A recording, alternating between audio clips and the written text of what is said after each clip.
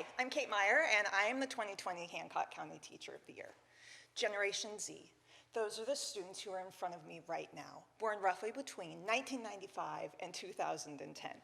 They have the potential to be a tremendous force of change in our society.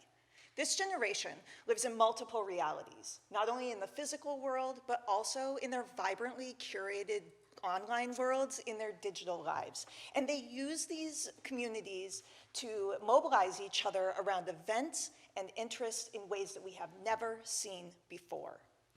They leverage this power and have high expectations of us, and we have high expectations of them. And they expect us to help them, to engage them and discover ways for them to use their power.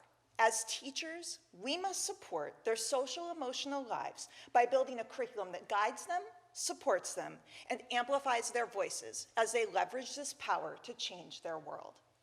I'm an English teacher by trade, but I'm really lucky to work in a district that allows its teachers to push themselves in different directions professionally. And so I have chosen to push myself in the direction of design thinking.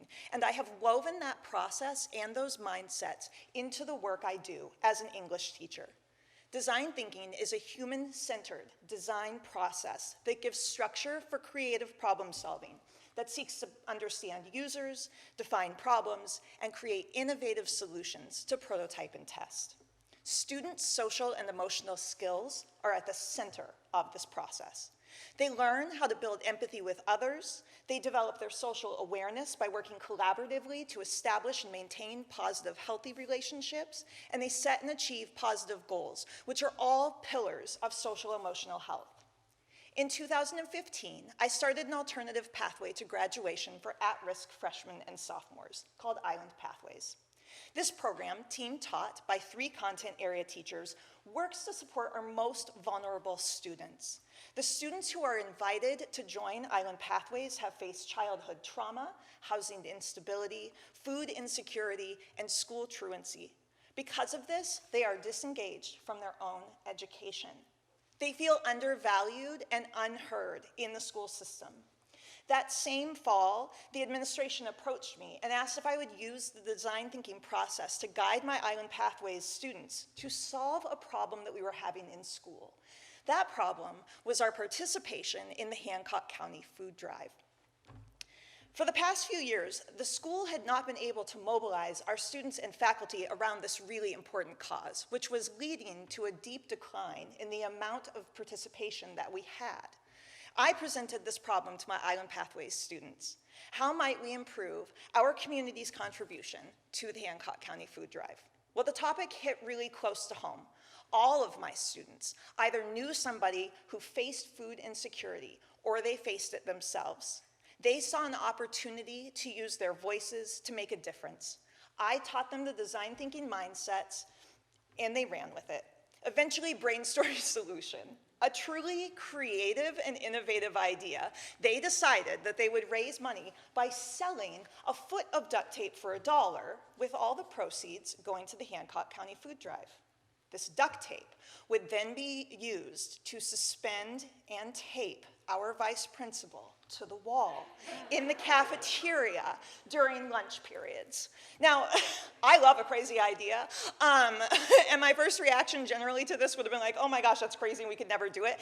But instead, I decided to simply listen and then figure out how I can amplify their voices.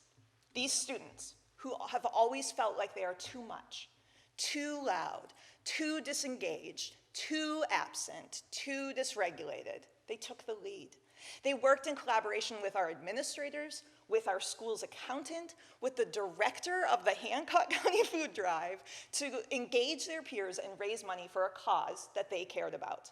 They leveraged their knowledge and use of social media to generate excitement, and they even reached out to local reporters to cover the event. When all was said and done, they raised almost $700 for the Hancock County Food Drive, and they actually were able to suspend and tape our vice principal to the wall in the cafeteria, where he remained for an entire lunch period. The event was attended by local media, by the director of the Hancock County Food Drive, by members of the community, and of course, basically our entire student body. The pride on my students' faces when they realized that they had not only successfully pulled off an event, but also made a difference in their community was priceless. And that was all because I got out of their way, listened to them, and supported their decisions, even if I didn't always understand them. That was my first foray into the idea of taking a step back and really, really thinking about my role as an educator differently. Since then, I have gone on to co-create and team teach an introduction to design thinking and fabrication course and an advanced design thinking course. Both of these courses teach students the design thinking process and the mindsets and challenge them to use what they learn to design innovative solutions to problems that they see in the community.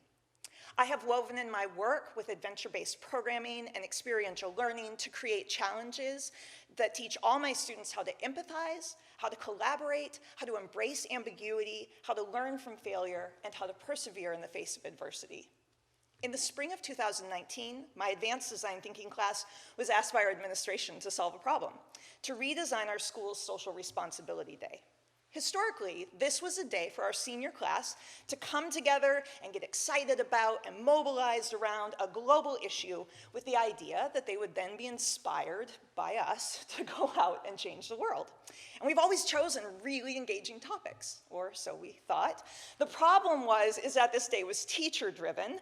A committee of teachers chose the topic, and also we chose how this was going to be experienced by our students. So not surprisingly, attendance was poor, and the administration needed help getting students to buy in. So after utilizing the design thinking process, my students designed and organized a full conference day for their peers, which they renamed Healthy Trojans Day.